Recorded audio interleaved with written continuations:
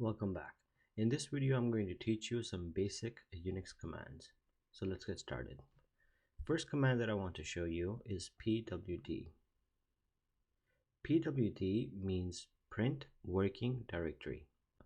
Once I hit enter, it will display the current directory that I'm in. I'm currently under /tmp/tester. To the right of this window, you will see that I actually have the Finder open, and I'm currently in test directory. I've done this so I could give you a visual representation of what we are going to try to accomplish on the server side. So let's switch over to the server. If I want to see what's currently in this tester, I have to type in ls. ls means list. It will list me all the files and directories that are currently under the tester. Hit enter, and you see that it displayed nothing. The reason is because here the folder is completely empty. Alright, so I'm going to create a folder or a directory. In Unix it's called a directory, on the Windows end it's called a folder. So I'm going to type mkdir. This actually means make directory. So I will give a space and type in testdir1 and hit enter. As you could see, visually it created a tester1 directory. On the server end, I simply gave it this command. Let's say if I want to remove this directory, I'm going to type in rmdir and testdir1. If I hit enter, this will remove the directory. So if I wanted to create multiple directories with one command, all I have to do is type in mkdir. Let's call the first directory test1, the second directory test2, and the third directory test3. Hit enter, and this will create 3 directories: test1, test2, and test3. That's what we requested the server to make. Now if I want to remove all 3 directories with one command, I can type in rmdir test1, test2, or test3. And this will remove all 3 directories with one command. We can create a file in Linux with multiple different ways. The first way that I'm going to show you is by the touch command. Let's type in touch, and let's say it's a test file, and hit enter. This will create a file called test file. Now let's create a directory called mkdir testdir. As you can see, testdir has a blue folder on top of it, and test file has a white blank sheet of paper on top of it. This is how you can visually tell if it's a file or directory. But how do you tell that on the server side? It's a simple way for you to do it. All you have to do is type in ls and -l. -l in Linux will show you the long list version of the contents underneath that path. So let me show you that example. Let's hit enter first. Here it's showing me the contents of this directory. And underneath here, I see a test file and I see a tester. Exactly what we see visually on the right hand side. So let's go back to the server. We can tell which one is a file or a directory by looking at the first letter here. So D means a directory, and nothing here, just a dash, means it's a file. Alright, so I'm going to teach you 2 more commands. First is rm. rm removes a file, and we're going to need that command to remove this test file. We do have a directory here as well that we want to get rid of. So we know that rmdir is the command to remove a directory. So in this scenario, how do I go about removing the file and the directory with one command? What I need to run is rm-rf. So what this will do is this will remove everything in its way. It will also remove any files that it sees, and it will also remove the directories that it sees in its path. So one more thing that we need to give this command is we need to give it the location of where it needs to go to remove all the files. We know we are currently in the testdir directory, so we are going to give this an asterisk. This is the symbol above the 8 key. So asterisk in Unix means all. When we are giving it the rm-rf command, we are basically saying that go ahead and remove everything that you see in your path. So remove all stuff that you see in your path. So I'm going to go ahead and hit enter. This removes the file and the directory from underneath our testdir. You have to be careful with this command.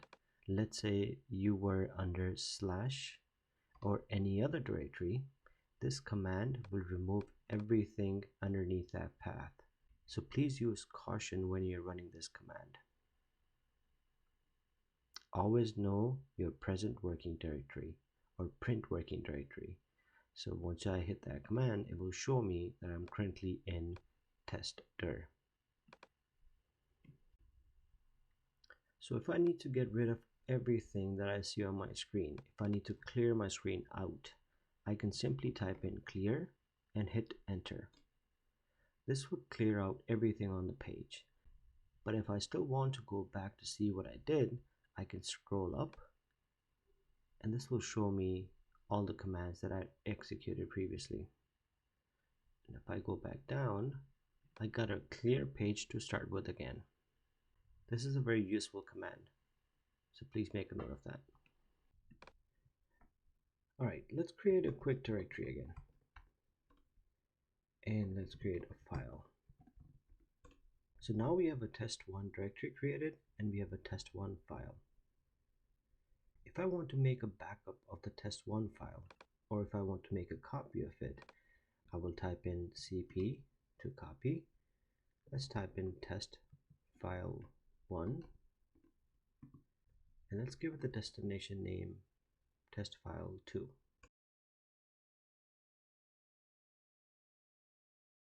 This created an identical copy of test file 1 as test file 2. Now let's say if I want to copy test file 2 to the test1 directory. I can achieve that by running copy. First I need to give it the source and then the destination. So the source is test file 2. Destination is test1 directory. And I need to give a / in the end. And if I hit enter, this will copy test file 2 to the test1 directory. I can check that visually. If I go into the test1 folder, I can see that the test file 2 was copied here successfully under the test1 folder. So let's go back. If I want to do the same, if I want to check the same from my server side, I will type cd, which means change directory. Well, before I do that, first let's do pwd. This will show us our present working directory. I need to go to test1 directory, but do I know if the test1 directory currently exists under this path? I can check that by typing in ls-l. This will show me that there's a test1 directory under this path, and there are two files, test file 1 and test file 2. I need to go to the test1 directory and I need to change my directory. So I will type in cd to change directory and I will type in test1 to change my directory to test1. So let's type pwd to see our current working directory. Before it was temp testdir, now it's temp testdir and test1. So technically I'm under this test1 directory. If I do an ls-l here, this will show me that there's a test file 2 underneath this directory. Okay, so to rename a file in Linux, we use the mv command, which is also known as the move command. So let's rename test file 2 to something else. We'll type in mv for move, give it the source file name, which is test file 2, and we'll rename it to my test. And if you notice, it's going to change the file name from test file 2 to my test. So now if you want to remove this file, we'll type in rm my test, and this will get rid of the file.